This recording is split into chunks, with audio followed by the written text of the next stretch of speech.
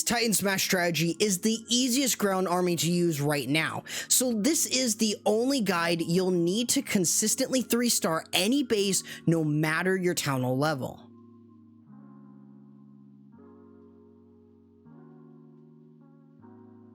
First things first, you're going to need the best equipment and pets for every hero in this strategy. So let's first start with the Barbarian King's best build. In this case, the Earthquake Boots and Spiky Ball combo is one of the strongest combos in the game, providing unmatched power. This combination not only opens the base for your troops and heroes, but also deals massive damage around him, rivaling that of the Giant Gauntlet and Rage Vial combos' damage. To further enhance the Barbarian King's effectiveness, here are the best pet pairings for different town hall levels to maximize the hero plus pet synergy. Next is the Archer Queen, where her best build is very straightforward yet highly effective. Equipping her with the Magic Mirror and Healer Puppets can maximize her damage with her clone sisters while ensuring survivability with the 1-second invisibility and Healer Puppet support. This setup will allow you to keep her moving and dealing with defenses. To further enhance her effectiveness, here are the best pet pairings for her at different town hall levels. The Grand Warden's build is a straightforward yet powerful combo featuring the Eternal Tome paired with the Healing Tome for unparalleled support. This combination keeps your tanky units like the Electro Titans and the Barbarian King alive for significantly longer when activated within the core of the base, which is going to provide immense value. Now, in order to maximize his effectiveness, here are the ideal pet pairings for him at different town hall levels. Finally, we have the Royal Champion, where using the Rocket Spear with the Hog Puppets enables her to push deeper into the base while dealing significant damage with her spears. And the Hog Puppets provides protection through their 1-second invisibility and Hog Rider spawns. Additionally, here are the recommended pets to pair with her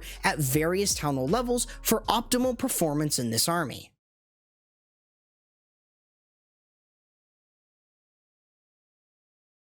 Now that you have the optimal build for each hero, let's start breaking down how this army works and how you can use it to 3-star bases no matter your town hall level. To start, you're going to need to funnel your troops into the base, which is pretty straightforward. On one corner, deploy a Super Wall Breaker, followed by your Archer Queen and a Golem to help tank for your Archer Queen, which is going to funnel that side. Unless your Queen has the Angry Jelly equipped, consider using Super Barbarians or Valkyries to help clear exterior buildings and guide the Queen into the base. Her Magic Mirror and Healer Puppet combo will extend the funnel further, tearing down defenses and setting up a solid path on one side. One additional thing that you can do if the base has an offset town hall is that this might let you run the Queen to remove the town hall. This will still establish one side of your funnel, but will allow you to avoid the town hall with your main smash portion.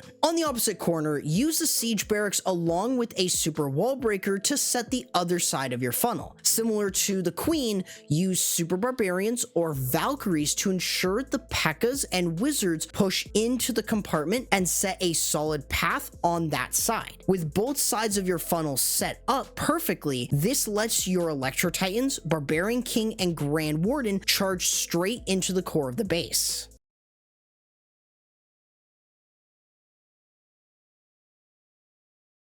With the funnel set on both sides, it's time to send in your Electro Titan Smash into the base. Start by deploying 1 or 2 Super Wall Breakers to open a path towards the core, followed by using your Electro Titans, Barbarian King, Apprentice Warden, Grand Warden, and Healers to push in. The Electro Titan's aura damage will ensure that skeleton traps and defensive CC troops won't pose a threat to your army, so you generally don't need a poison spell. From there, use an early rage spell to drive your troops inwards, clearing defenses as they advance towards the core. The healers under rage will provide significant healing, allowing you to delay the Warden's Eternal Tome and Healing Tome for maximum impact. As you get closer to the core, deploy a jump spell to give your troops access to the core, where you can have the Barbarian King's Earthquake Boots and Spiky Ball open the base while also dealing massive damage. At this point, you should also be using the Warden's Eternal Tome and Healing healing tome to keep your troops alive through the heavy incoming damage, where you also want to use another rage spell to power up all your troops and heroes. As for other spells, use free spells strategically to neutralize key defenses, including the Town Hall, to preserve your troops' HP and momentum. When using skeleton spells, however, use them to distract single target defenses like the Monolith and single target Inferno, or you can use them on ricochet cannons to distract them since they take multiple shots to remove skeletons. Overall, this is going to reduce the damage to your main push. This approach will devastate the core, clearing a significant portion of the base while keeping the Titans moving through with the mighty Yak opening walls, and you can pave the way for your Royal Champion to sweep through the back end efficiently.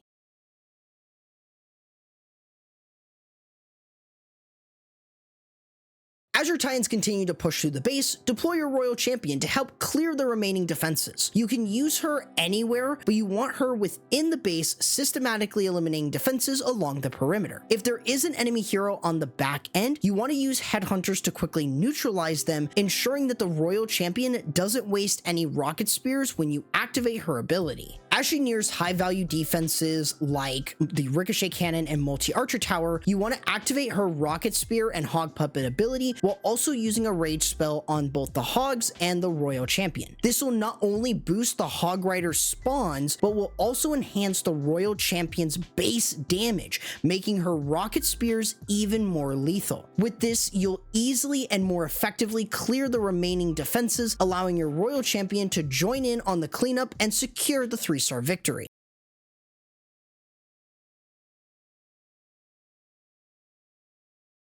Now that you know how this army actually works, it's time to give you the proper army comp for this attack. Here you can find the troops, spells, CC, and even the hero equipment and pets all in one screen. This will help for all Town Hall levels from Town Hall 14 and beyond in order for you to easily have a baseline composition that can work right away. Consider sharing this with others if they're looking for the army comp for this strategy.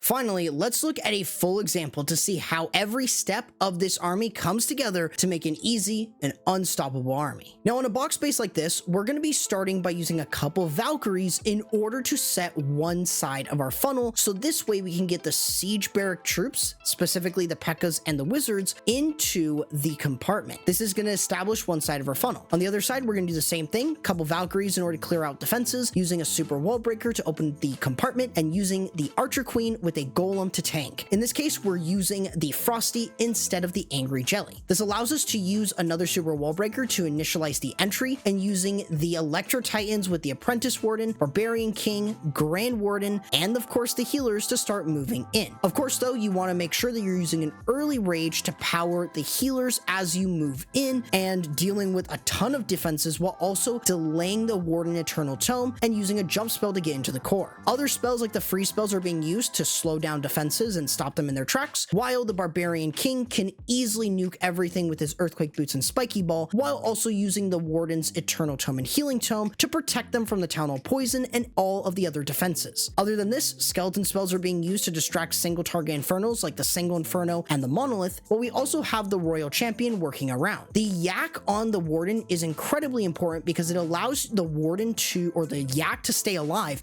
while also being able to open as many walls for your Titans as possible. This also will allow you to use headhunters to deal with an enemy hero if it's on the back end, and with that Royal Champion, you can use her Rocket Spear and Hog Puppets to easily clear through. Having a rage spell does actually provide support for the Hog Puppets, but also helps her base damage, meaning that she will take less shots to remove defenses underneath rage with her Rocket Spear. But the Rocket Spear damage is not affected by the rage spell. Other than this, you should be able to easily clear through all the remaining defenses. You'll have more than enough cleanup, especially with Titans, but you can always bring some minions if you are worried about a time fail. So with a strategy like this, you can easily 3-star if you love using ground strategies. However, if you're looking to take advantage of the rest of Hammer Jam, consider checking out my laboratory upgrade guide right here.